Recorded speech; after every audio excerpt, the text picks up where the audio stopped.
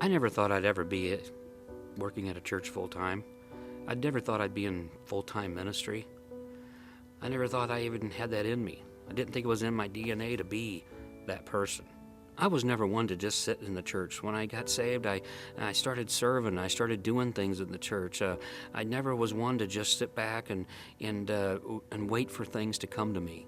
I was more as the ones that ran after the opportunity to serve and the opportunity to plug in and be a part of the body. When I first got saved, I wanted to use what God had given me in the times that I had in the world, and I wanted to push that forward and to use that in the church and let people know that, let kids know, let teenagers know that they can do things that the world does and that we can do them as Christians as well, and have a good time and be a part of camping trips and float trips and ball games, and that it didn't just have to be with friends who made bad decisions. Okay, that's what I first brought in to me. That's what I wanted God to use through me.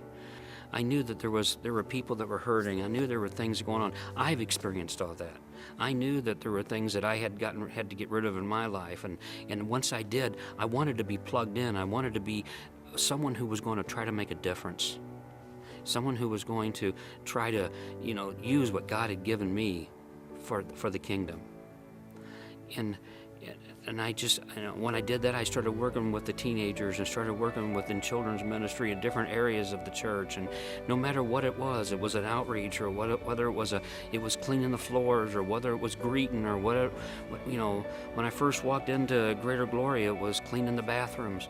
And no one ever had to tell me to do it. I just did it because I knew there was something to be done, that had to be done. That had to be done.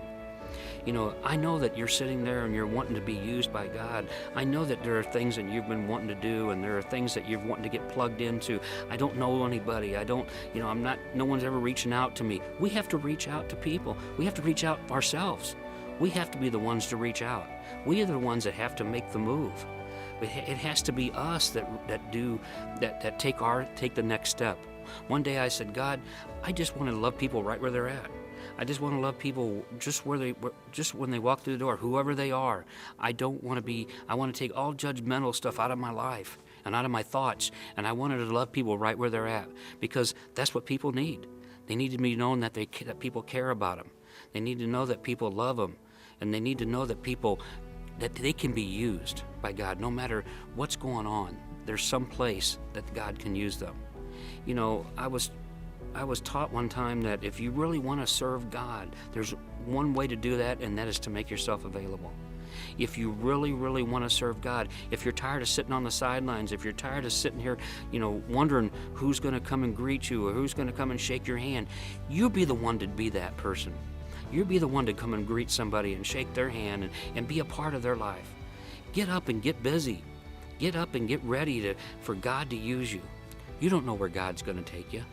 You don't know what the future holds. You don't know what opportunities will come across.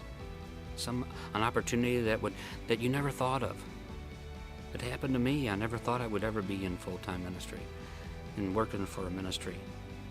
But the opportunity came across. Faithfulness. If you can begin to be faithful at church, serving, whatever,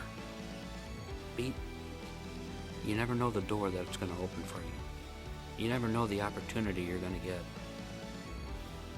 So today, make that choice. It's your move.